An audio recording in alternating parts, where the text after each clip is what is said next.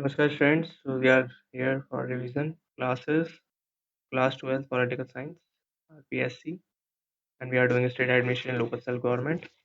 State administration, all we know is that state administration is run by CM and his council of ministers. There are two heads, one is real and another is nominal head. They are the characteristics of state administration. Constitutional head of the state is governor. Governor is having some powers. Apart from this power, there is also the changing role in governor because of the because of the political conditions that are prevailing in India right now. Traditional appointment of governor, these are the things that should be followed, and these are the recommendations of Sarkaria Commission which were formed for the center-state relationship. Power of the governor can be broadly divided in executive power. All the decisions of the government is being taken in the name of the governor. Then appointments, their rights, and some judicial power is also there with the governor.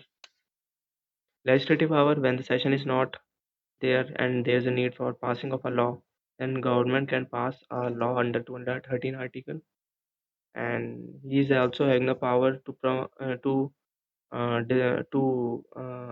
ask for the assembly. And recently there is a tussle between the governor and the CM of Rajasthan. We already know. And there's financial power. All the money bill can be introduced only with the prior permission of the governor. Judicial power. All the punishments can be lessened by the governor. There are the other powers, and the relationship between the CM and the Council of Minister. All the Council of Minister are appointed by the CM, and the oath has been given by the governor. There is CM and governor. CM should uh, take into consider all the decisions taken by the Council of Ministers, and should convey that message to the governor. CM is the head of the state legislature or the state party. There is a composition of ministers; they cannot be above 15% of the total legislative assembly uh, figure. Like they can be only 15% in Rajasthan of 200, that is only 30 ministers. They are the powers of the CM. He is the chief spokesperson of the party, real head of the government, link between the state government and state legislature. These are the positions of the CM. Now there is local self government. Ancient India, we already talked about the local self government. But after the independence, Indian government has formed committees like Ashok Mehta Committee, Balwant Rai Mehta Committee, LM Singhvi Committee. Because of the recommendation of this committee, 73rd and 74th Constitution Amendment was brought.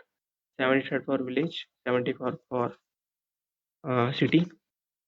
And after the 73rd, 74th, there are some bodies which has been given constitutional status like SEC, SFC. These are the 29 subjects provided to the local self government rural, and there are the 18 subjects provided to the urban area.